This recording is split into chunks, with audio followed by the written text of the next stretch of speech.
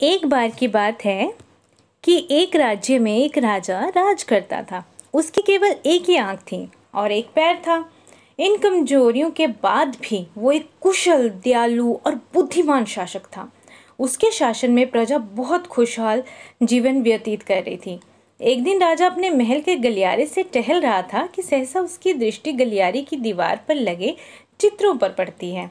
वे चित्र उसके पूर्वज के थे। उन चित्रों को देख राजा के मन में विचार आता है कि भविष्य में जब उसके उत्तराधिकारी महल के उस गलियारे से टहलेंगे तो उन चित्रों को देख अपने पूर्वजों का स्मरण करेंगे। राजा का चित्र अब तक उस दीवार पर नहीं लगा था। अपनी शारीरिक अक्षमताओं के कारण वो नहीं जानता था कि उसका चित्र कैसा दिखेगा, लेकिन उस दिन उसने सोचा कि उसे अपना चित्र उस दीवार पर लगवाना ही चाहिए। अगले दिन उसने अपने राज्य के श्रेष्ठ चित्रकारों को दरबार में आमंत्रित किया।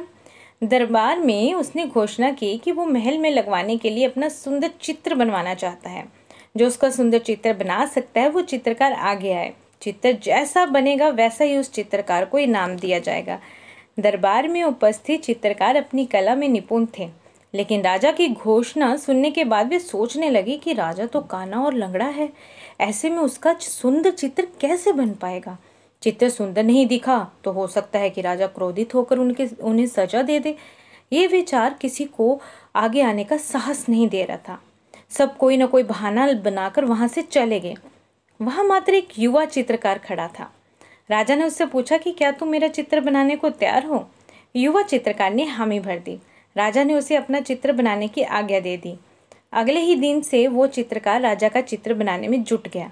कुछ दिनों बाद चित्र बनकर तैयार था। जब चित्र के अनावरण का दिन आया तो दरबार में दरबारी सहित वे सभी चित्रकार भी उपस्थित हुए जिन्होंने राजा का चित्र बनाने से इनकार कर दिया था। सभी को उत्सुकता थी, सभी देखना चाहते थे कि आखिर कैसा चित्र बना होगा।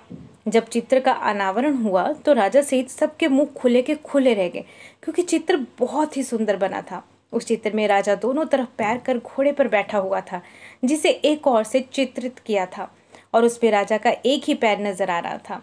साथ ही राजा धनुष चढ़ाकर एक आंख बंद कर निशाना साध रहा था, जिससे उसके काने होने की कमजोरी छुप गई थी। यह चित्र देख राजा बहुत प्रसन्न हुआ। चित्रकार ने अपनी बुद्धिमत्ता से उसकी अक्षमताओं को छुपाकर एक बहुत सुंदर चित्र बनाया था। राजा ने उसे पुरस्कार दिया और उसके साथ उसने दरबार का मुख्य चित्रकार भी बना दिया। दोस्तों, इससे हमें ये सीख मिलती है कि जीवन में आगे बढ़ना है तो हमें सदा सकारात्मक यानी कि पॉजिटिव माइंड रखना चाहिए। बहुत सारी परिस्थितियाँ ऐसी आएंगी जिसमें हम कभी नेगेटिव थिंकिंग के वश में आ जाते हैं, लेकिन हमेशा पॉजिटिव दिशा में सोचने से किसी भी समस्या का समाधान आसानी से हो जाता है। इस बात को कभी भी ना भूलें।